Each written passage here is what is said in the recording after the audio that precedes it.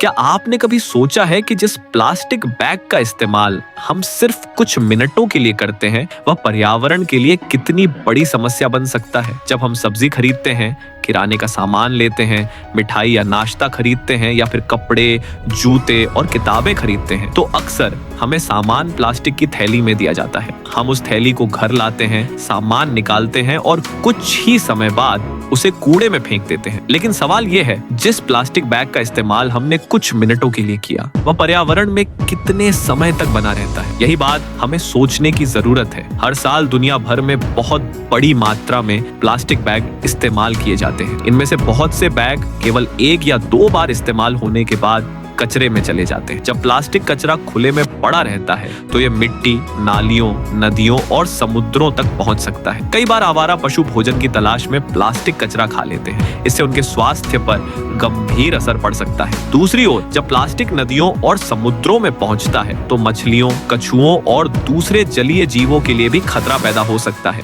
इसलिए प्लास्टिक प्रदूषण केवल पर्यावरण की समस्या नहीं है, यह हमारे आसपास रहने वाले जीव जंतुओं और पूरे पारिस्थितिकी तंत्र के लिए भी चिंता का विषय है। और दोस्तों, प्लास्टिक की समस्या यहीं खत्म नहीं होती। प्लास्टिक के उत्पादन में पेट्रोलियम और प्राकृतिक गैस जैसे प्राकृतिक संसाधनों का उपयोग होता है। प्लास्टिक कचरे को सही तरीके से न संभालने पर यह लंबे समय तक पर्यावरण में बना रह सकता है। इसीलिए हमें प्लास्टिक का इस्तेमाल कम करने और दोबारा इस्तेमाल किए जा सकने वाले विकल्पों को अपनाने की जरूरत है। दोस्तों, अब तक शायद आप समझ गए होंगे कि हम किस महत्वपूर्ण दिवस की बात कर रहे हैं। हर वर्ष 3 जुलाई को अंतर्राष्ट्रीय प्लास्टिक बैग निषेध दिवस मनाया जाता है। इस दिवस का उद्देश्य लोगों को सिंगल यूज प्लास्टिक बैग के पर्यावरणीय नुकसान के प्रति जागरूक करना और इसके स्थान पर टिकाऊ विकल्पों को अपनाने के लिए प्रेरित करना है। अब सवाल है, हम इसमें अपना योगदान कैसे दे सकते हैं? सबसे आसान कदम है, जब भी बाजार जाए अपने साथ कपड़े, जूट या किसी पुनः उपयोग किए जा सकने वाले बैग को लेकर जाए। एक छोटी सी आदत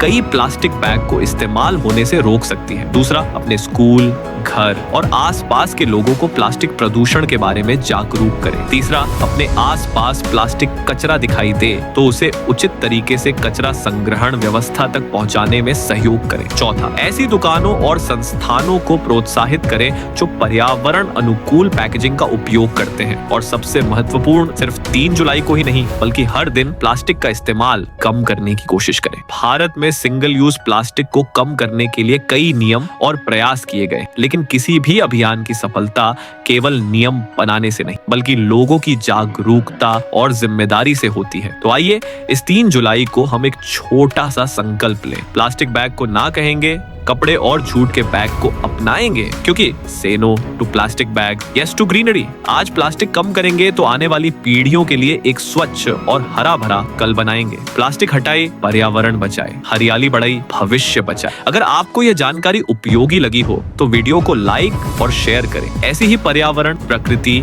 NSS और सामाजिक जागरूकता से जुड़ी जानकारी के लिए इको फैमिली चैनल को सब्सक्राइब करें। धन्यवाद।